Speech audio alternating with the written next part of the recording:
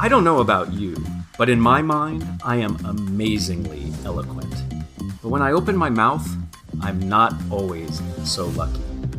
Today, we are all lucky because we will explore communication best practices that come from neuroscience. I'm Matt Abrahams, and I teach strategic communication at Stanford Graduate School of Business. Welcome to Think Fast, Talk Smart, the podcast. I am so excited to be joined by Baba Shiv, who is a professor of marketing at the GSB. Baba has done extensive work on emotion and motivation in shaping decisions and experiences. Welcome, Baba. Yeah, thanks, Matt. Thanks. A pleasure to be here with you. One thing I and others love about working with and learning from you, Baba, is your amazing energy and passion for what you do. I look forward to an energetic and educational conversation. Shall we get started? Absolutely. Excellent. So you're a neuroscientist by training. Can you help us understand how you approach studying the topics you explore, especially when it comes to communication? Yeah, the fundamental premise, this is based in all the evidence out there that most of human decisions and human behaviors are shaped by emotion and not by reason, right? I mean, if you ask me to put a number to this based on all the evidence out there, I would conjecture something like 90 to 95% of our decisions, our behaviors are constantly being shaped non-consciously by emotional brain systems. Wow. So if you think about from that lens and for communication, the first thing to do is to play into the emotional brain rather than the rational brain, right? That's the fundamental premise when it comes to neuroscience and communication. So when we think about what it is we want to say and who we want to say it to and how we want to say it, you're saying lead with thoughts about emotion and really plan from the emotional perspective. Is that what I'm hearing? That's right. I mean, the basic idea is that if you look at most people, what they do when they're trying to persuade others, when they're trying to influence others, communicate to others, they present rational arguments. And you can see this happening time and time again. There'll be a 30-slide deck packed with numbers and charts and so on. Right. And we fail to recognize that the rational brain accounts for only about 5 to 10% of human decisions, right? I'm not saying you can ignore the rational side. You have to provide enough fodder for the rational brain to rationalize, right? But first and foremost, you need to play into what the emotional brain is looking for. And that'll actually depend upon the mindset of the individual. Is that person in a risk-averse type 1 mindset or a risk-tolerant type 2 mindset, right? I mean, these are terms that are borrowed from statistics. We all know about the type 1 error and the type 2 error, right? The type 1 error is a fear of making a mistake. Type 2 error is a fear of missing out on opportunities. Actually, it's not a fear. It's actually a desire for new opportunities. So to figure out what kind of state their brain is in, what mindset it is, because the brain has two separate circuitries, one for risk-averse behaviors and one for risk-tolerant behaviors. And to really understand where that person is in these mindsets, is a type 1 or a type 2, and then play into that. That's really fascinating. So we have spent a lot of time across the various episodes of this podcast in different ways talking about getting to know your audience. But I like how you're distinguishing this between a type 1 and type 2. What are some of the things you look for or could ask to ascertain where your audience is in terms of the way they approach your communication? So many different things, right? One is, for example, the time of day really matters, right? When we wake up in the morning, our serotonin levels are at their peak, and I'd be happy to talk more about that as we go along. And so, if it is in the morning, you know that person's brain is much more open to new ideas, because the brain is more likely to be in a type 2 mindset, assuming, of course, that the person has a good night's rest, right? I mean, you're going with assumptions. Right. Later on during the day, serotonin levels are going to decline, which means that person is going to shift more to the type 1 side, which means that, I mean, if it's going to be in the afternoon, I want to kind of weave into the communication things that will bring about comfort, right? I mean, the way to switch the brain into a more open, risk-tolerant mindset is to first and foremost bring in a state of comfort to the brain. So how do you do that? You weave in the familiar. Familiarity brings a lot of comfort to the brain, right? It could be trust, tried and trusted, right? That brings a lot of comfort to the brain. It could be validation, testimonials. I'm not the only one saying this. There are other people saying this. And of course, the other techniques that you can use, and we can talk about this as we go along, is to induce laughter. Laughter is one of the fastest ways to alleviate stress. and get the person's brain into a more risk-tolerant type of mindset. So it sounds to me like, based on what you've just shared, is early in the morning, that's a great time to do brainstorming and position new ideas. And later in the afternoon is when you tell your jokes and you try to build trust and comfort. Right. Is that what I'm hearing? That's right. Yeah, we actually recently, in a recent episode, dove into the value of humor in communication. And you're exactly right. It really accelerates people's openness and willingness to listen.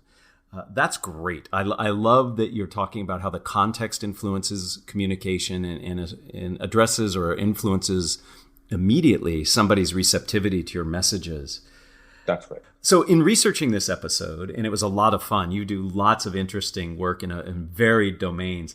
I came across an old GSB Insights article, and it was entitled "The Art of the Imperfect Pitch." Can you share with us best practices you've learned in your research that can help us persuade others beyond what we've already talked about? Oh, happy to share that. So this is called the IKEA effect. IKEA effect says like that, IKEA, where I go to get my furniture and they get frustrated putting it together. Yeah, the IKEA store. It is IKEA within quotes, by the way, because actual IKEA assembling the furniture sometimes is frustrating. Yes. IKEA effect says is that whenever the brain perceives that it is making an investment in something, it could be mental, it could be physical, it could be monetary, the brain gets invested in it. So this, along with another observation that comes from my teaching at the design school at Stanford. Mm-hmm. The design school has a mechanical engineering section where the prototypes coming out will all be polished because they have 3D printers, etc. Mm-hmm. And the other section is what we call the art section, which will be aluminum foil, foam, etc. So the prototypes are going to be rough. Mm-hmm. And what is fascinating is that time and time again, and this is backed up by the research I'm doing right now, is that if you present a polished prototype, others will only find flaws. If you present a rough prototype, others will see potential. Wow. So the way to think about this is in the very early stages of an idea, if you want to influence a stakeholder, just go to the person with a rough prototype, back of the napkin, on a whiteboard, whatever it is, and seek advice. Mm-hmm. When the person starts providing advice, the IKEA effect will kick in. Then your idea will become that person's baby as well.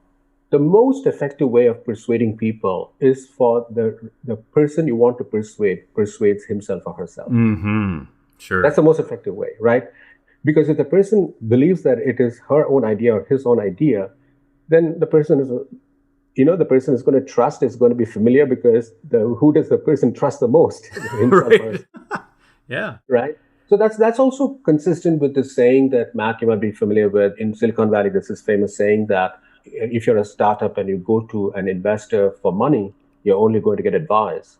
If you go for advice, you're going to get money. Yes, absolutely. Many of our students, many of the people I coach, and I'm sure you come across, want to get the pitch just right. They want it to be perfect. And what I'm hearing from you, especially early on, is it's less about perfection and more about being open and direct and seeking feedback and advice. That's what's really going to help you. That's right. And there's a related phenomenon here. Now, of course, it cannot be used in all contexts. And I want the listeners to be very, very careful about this, right. Is that if you're only going to be reporting out, then an imperfect pitch can actually backfire, right? Right. So again, it depends on the goal of the communication. If you want to persuade others, there's a related phenomenon called the hairy arm phenomenon. I don't know, Matt, if you're familiar with this. Hairy arms, like hair on your arms, okay? Yeah, hair on the arm. I mean, it is an apocryphal story where an advertising executive makes the picture-perfect pitch to a client. And at the end of the pitch, the client goes, let me think about it. So the executive goes to the boss and says, boss, what happened? I mean, this was the picture-perfect pitch. And the boss says, you made it too perfect, right? So you're making the pitch out there. The person goes and wants to contribute, wants to come in, but is not able to kind of contribute, and therefore is left with this feeling that there must be something wrong, but I'm not able to put my finger on it. So let me kind of delay. Let me think about it. So what the boss says is, that's why it's called the hairy arm, is the boss says that, hey, you know that the pitch that you made showcasing the ad campaign, at the end you have this person holding the product, make that person's arm hairy. So the client is going to say, I like this. Oh, I see the hairy arm. Get rid of that, and we're fine. I see. Perfect. So you But give them something to look at. I love that story. so, but the important thing to remember is that you don't want to start with the hairy arm at the beginning of the pitch, right? It is you want the first impressions matter a whole lot, Sure. right? And so you don't want to start off coming across as being incompetent in the beginning. But if you want to leave a small amount of an imperfection out there, that is, you'll be much better at selling I and persuading. see. So I'm wondering, to me, it strikes me that this approach would not only help with persuasion, but even in giving feedback, for example. Many of us, when we give feedback, we fixate on saying it just right so the person is likely to change the behavior, the approach that they have. And it might make sense to seek their input or their guidance or invite them to participate so that they become more invested in it. Correct. Uh-huh. Correct. And the other thing also, and Matt, you're the expert at this one, is that to be a good communicator, you have to be a good listener. Mm-hmm. And you got to be. What I mean by listening is that it's not just the auditory part of it, but you got to pay careful attention to the audience that you're talking to, right? Right.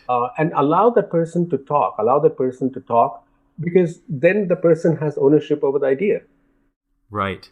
Yeah, there's a lot of research, as you might be aware, that talk time matters, and fostering trust and feeling a sense of involvement and engagement comes from the other person talking more than you do, if that's your goal, to get them more engaged and feeling trusting. So listening is important for sure. Listening is important, and also having prompts out there like, so what is kind of top of mind for you? What is giving sleepless nights to you? Right. Let me kind of get a sense of where you're coming from and how I can be of help. Right? I cannot guarantee that I will be able to come up with suggestions that are the best suggestions out there, but at least I can serve as a sounding board for you and then figure out if I can help you out. Right. So it's making invitations and offers to help, and also learning what's important for the other to get them talking, so you actually have something to listen to. So I like that a lot. And this is a nice bridge to my next question, which on this podcast, we've talked a lot about changing our behavior to better hone our communication. What are some other useful techniques that we can use to attain the goals we have, especially when it comes to communication change? First and foremost, in my opinion, the tactic is go for any practice that will kind of de-stress you, right? Anything, and this can range from, in some case, just taking some deep breaths. It could be visualizing the audience and visualizing the other person being very receptive. It could be laughter. It need not be real laughter. Even fake laughter will kind of de-stress you. The reason that is important is because if we don't do that, if you're not in the right state, and what I mean by right state, if you're stressed, then your brain tends to adopt frames that are much more risk averse. Mm-hmm. And it doesn't allow you to experiment because you're coming out of fear. Mm-hmm. Right? So the main tactic I'll say is just feel comfortable in your own skin. Are you comfortable out there, or are you still stressed? Mm-hmm. Now, sometimes you don't know that. So that's why practices like meditation is so very crucial, right? Not just for health reasons, but also for communication reasons. To be a good communicator, your brain needs to be a lot more resilient to stress, right? I mean, Matt, you have done this talking to an audience, and what will happen is that when you want to crack a joke, and this has been part of what you plan to do, and you get into the stressful situation, the joke will fall flat. Oh, yeah. Right. So some of the things that I'll do is I'll do the following. Oh, I got to tell you a joke. I laugh myself before I tell the joke, and then people will start giggling. Right. Because that's a natural human tendency, right? If someone is laughing, you tend to laugh yourself, and it's infectious. And then I'll crack the joke. So there are these kind of techniques, but the most important thing I believe is that, of course, you need to know your audience. Yes. That is the first thing you got to know, and you probably have been mentioning this time and time again. We have. But I'm a big believer that the most critical factor here is you are in a state of comfort. Right. And we've talked about this, interestingly. We've had a couple guests, Christian being one of them who you teach with, and Dan Klein, who I know you know, when it comes to this improvisational mindset. And really the logic is the same. We get in our own way through our anxiety and the pressure we put on ourselves. And if we can actually learn to relax, that allows us to achieve our goal much more readily and be much more present oriented too. So That's right. And you got to understand that the way the brain is working is all these instinctual brain systems are shaping it. If you're stressed, then what happens is that it'll completely shape the frame that you're adopting about the audience, about your content, etc. And your body language is also going to tell. A lot of our ability to persuade, as we all know, does not just depend upon what we are saying, but how we are saying it, right? And so if you're not in that state, I mean, it is going to show. Right, the tells that we reveal, for sure. I have enjoyed so much getting some of your tips. I'm wondering, do you have any other tips that we haven't discussed that you think might help us be more effective communicators? Absolutely. So if it is going to be a very important piece of thing, you're giving a talk to an audience, a large audience out there, I would just say, go to bed early, as you all often do. Get a good night's rest. Don't sacrifice on sleep. I know people doing this, that they will keep on practicing the talk and through the night, and they get about 3 hours of sleep before they deliver the talk. If you're not had a good night's rest, guess what? Your brain chemicals are going to be such that you are going to be risk averse. You'll then adopt a frame of mind where your brain is already thinking about failure.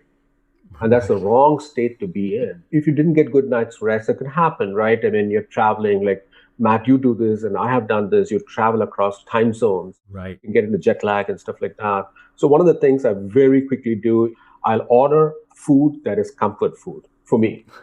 Okay.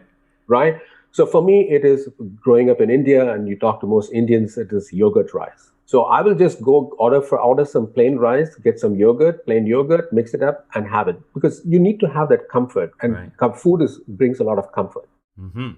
And then if I'm not able to sleep that night, I will go for a run in the morning, because running also within about 15 minutes of a run, serotonin levels, some of the chemicals in the brain will actually will increase. And then you get into the right kind of a state when you're giving the talk. Great. I love that. Any excuse to eat my comfort foods, I'll take. So I'm now going to tell everybody Baba told me to. But right. Even if it is unhealthy, a little bit of it will be right. And I know you're in fantastic shape. I don't know if you remember one of the first times you and I met, we went for a walking meeting, and I thought we were walking, but your walking pace is a lot faster than mine. Right. I call it a talk on a walk. Yes. And pre-COVID time, COVID, of course, affected everything. Right. It's more like a twog, because you're jogging, and or at least I was behind you. But Baba, I'd like to ask you the same 3 questions I ask everyone who joins me. Are you up for that? Oh, yeah, of course. Excellent. So if you were to capture the best communication advice you have ever received as a 5 to 7 word presentation slide title, what would it be? The advice I got from my boss when I first got into sales, technical selling, he said, just be yourself. Don't try to be someone else. It's much harder to be someone else, for sure. I'm very curious about this. Who is a communicator that you admire, and why? So, I mean, it goes in, can I mention 2 names? For you, yes. Thank you, Matt. And they're very different in terms of styles and so on. So one is Warren Buffett, right? Of course. Very kind of friendly, open, honest. But his words that come out of his mouth are things that you just want to write down and keep repeating all the time. Yeah, and they move markets. And they do move markets. Right. And the second one is the person I admire a lot is Winston Churchill. Because I'm a history buff, and when you go through his communication, the speeches that he gave, oh my God! I mean, you can see, and you can actually go to some of the libraries and see how he worked on his speeches. He would go redraft it, and then even intonations to be made, where he'll actually have these. This is where I have to emphasize things. Yeah. Imagine he just moved a nation and actually moved the nations of the world to fight what was going to be a very dark period in our history, right? And just to think about how he inspired a nation to actually fight and not give up. is incredible if you think about it. Oh, absolutely. And I encourage anybody who wants to learn more. The history of his oration and learning to be a good communicator is an example of just pure tenacity and really working to be better, because he did not start off where he ended up. Let me ask question number 3. What are the first 3 ingredients that go into a successful communication recipe from your perspective? So if I have to use the cooking metaphor, okay, I would first say, know who you are cooking for. Second is, do you have the right ingredients? Mm-hmm. And are you excited about it? So help me understand. So I love that. And I like that you related it to the question very specifically. When you say right ingredients, you're talking about make sure you're in the right frame, your audience is in the right frame.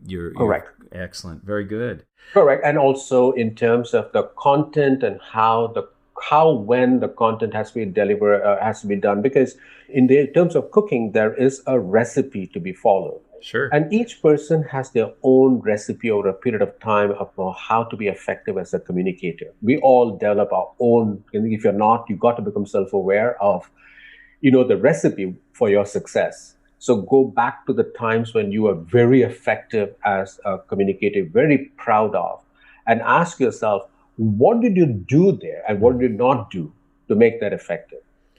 Right? Oh. Each person has his or her own recipe. Don't try to adopt someone else's recipe, right? Of course, learn from the experts, because the experts have already done it. You don't have to relearn the whole thing. But then you adapt that recipe to your own style. That is so important. That taking time to reflect, I think, is so critical in any skill you're trying to develop, but especially communication. Baba, this has been wonderful. Thank you so much. I knew we would learn a lot from you and we would have a lot of fun. And I am going to go make myself some macaroni and cheese now, Bood. And we really appreciate you sharing your perspective on communication and how neuroscience can help us be better, more effective communicators. Thanks again. Thank you, Matt. It was a delight. Thank you very much. Thank you for listening to Think Fast, Talk Smart, the podcast, a production of Stanford Graduate School of Business. To learn more, go to gsb.stanford.edu.